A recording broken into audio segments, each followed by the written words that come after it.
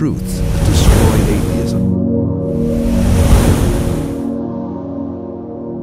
The proof of construction.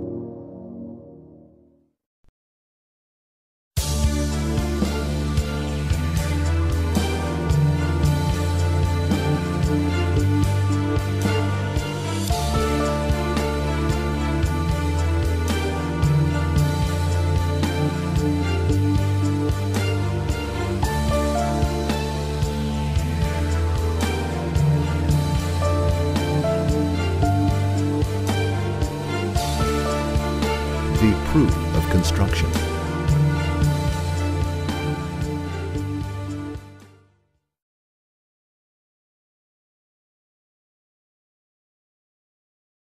Construction, the coming together of matter and elements to form a structure. When many elements and matter come together, they form the existence and meet in one body. This can also be called a makeup or constitution. The structure's balance is a huge proof of the existence of God Almighty. Let us imagine that a pharmacy holds hundreds of jars filled with various substances.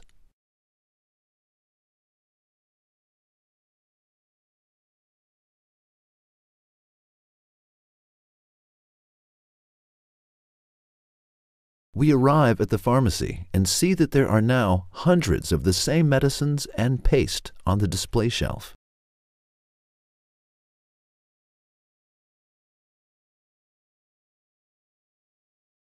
We examine the paste and medicines and see that in each of these jars, a particular amount of each substance was used, like 1 or 2 milligrams of this, 4 or 5 milligrams of that, or 6 to 7 milligrams from this, etc.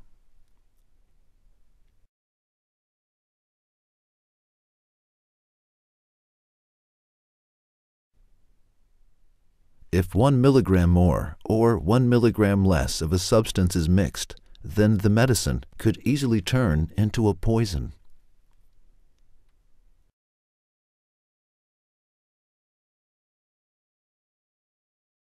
Is it in any way possible or probable that if the jars were to have been knocked over by a strange coincidence or a gusty wind, and that only precise, though different, amounts of these substances that had been taken were to drip from the jars, split, and then come together to form this paste and medicine?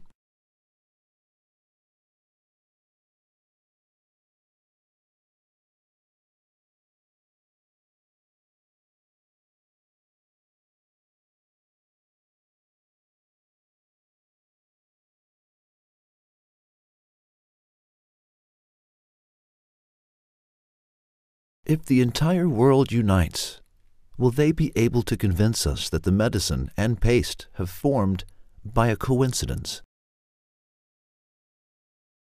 If hundreds of samples of this medicine and paste are found, will they be able to induce us into believing that this is merely a result of coincidence?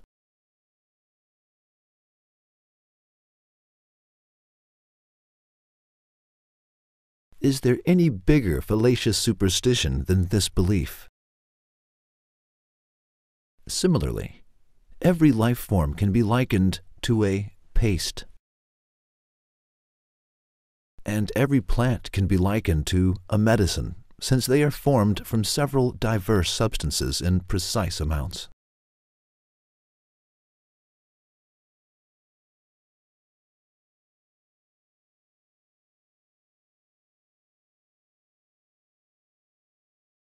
For instance, let us look solely at a person.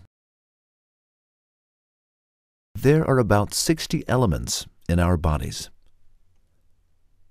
Our bodies contain specific amounts of iron, magnesium, chromium, and other such elements. A cause for disease develops when there is too much or too little of these elements in our bodies.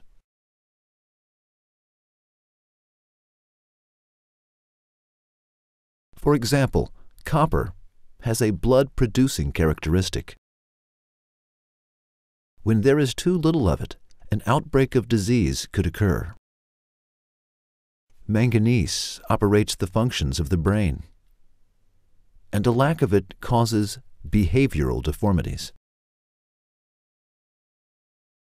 The duty of cadmium is to regulate blood pressure and to ensure it to operate smoothly. However, too much or too little of it can cause disturbances in blood pressure to appear. The accumulation of elements in any part of the body produces hormonal deficiencies. Just like the human body has a balance that is immensely precise.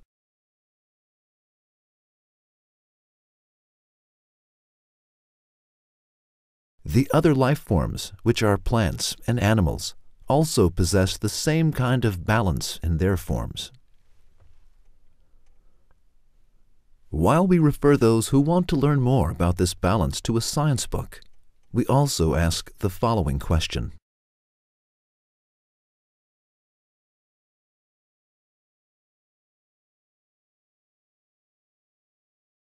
While the simplest of medicines cannot form coincidentally,